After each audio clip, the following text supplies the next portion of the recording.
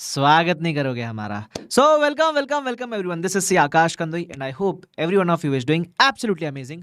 Sir क्या amazing, copy मिली RTI की। हमने देखा, हमने तो सब कुछ सही लिखा था, फिर भी एग्जामिनर ने हमको मार्क्स नहीं दिए, अब हम क्या करें। यही क्वेश्चन है ना दिमाग के अंदर, बहुत सारे क्वेरी रिसीव हुए।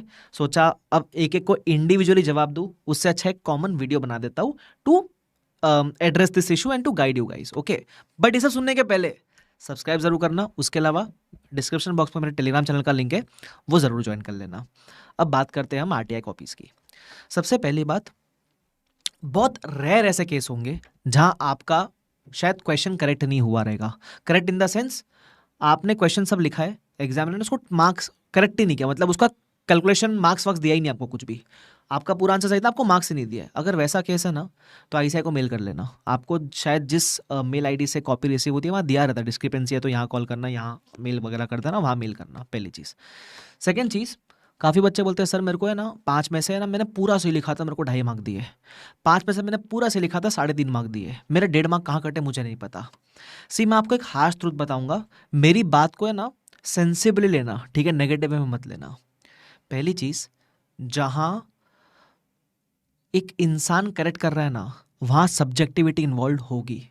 मैं कोई चीज़ करेक्ट करूंगा और उसको मैं 5 में से 4 दे रहा हूँ, शायद आप करेक्ट करोगे तो आप उसको 3 मार्क दोगे। सर ये तो गलत हो गया, गलत नहीं हुआ, जहाँ ह्यूमन इंटरवेंशन है वहाँ सब्जेक्टिविटी होगी, है ना।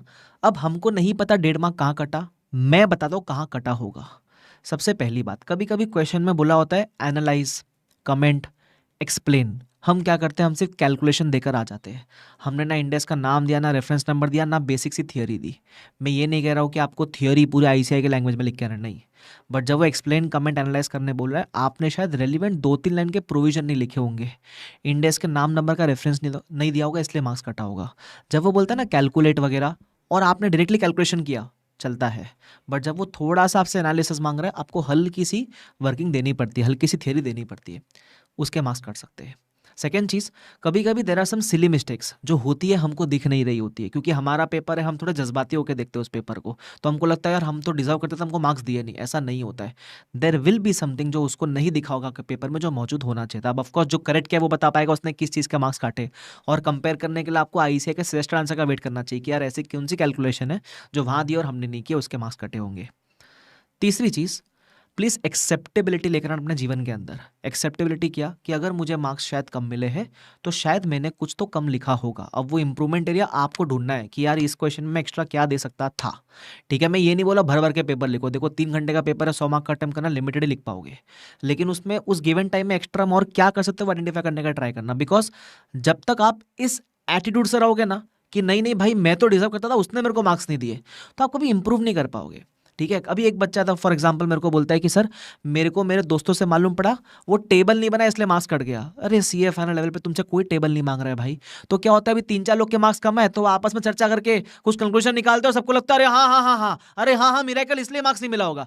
टेबल बनाने का मार्क्स नहीं होता है भाई, स्केल लेकर तो ना टेबल बनाएंगे।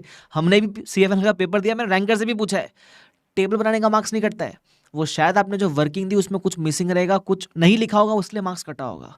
उसके अलावा कुछ बच्चे ऐसे भी है जिनका 100 में से आया 30 मार्क, और वो रो रहे हैं कि मेरे को 1.5 मार्क नहीं दिया। भाई 1.5 मार्क दे दिया, चल पहुंच रहोगे तुम एग्जामिशन तक, पहुंच रहोगे तुम पास तक, नहीं ना, तो अपना फोकस अगली बार ये मत रखना कि मेरे को 40 लाना है, 45 लाना है, 50 लाना है। अगली बार एटलीस्ट टारगेट फॉर 65-70 है, स्पेशली इन प्रैक्टिकल सब्जेक्ट्स, ताकि अगर एग्जामिनर थोड़ा सा 1-2 मार्क, इक्का दुक्का मार्क काट ले तो अपन सेटल ऑफ कर ले। जैसे 30 मार्क के एमसीक्यू में थे, वो वहाँ तो नहीं काट सकता ना आपके मार्क्स, है ना, वहाँ अपने को स्कोर करना है। 70 मार्क्स का डिस्क्रिप्टिव है, वो डिस्क्रिप्टिव में भी ऐसा नहीं कि अंधाधुंध मार्क्स काटे जा रहे हैं आपके, वो प्रॉपर मार्क्स एलोकेट कर रहा है, जितना डिजर्व करते हो उतना मार्क्स दे रहा है। मैं बस ये बोल रहा हूँ कि ऑप्शन में छोड़ के सिलेक्टिव स्टडी करके थोड़ा बहुत लिखा उसमें सिर्फ एक्सपेक्ट कर रहे पूरा पूरा मार्क्स मिलना चाहिए, ऐसा नहीं होता है।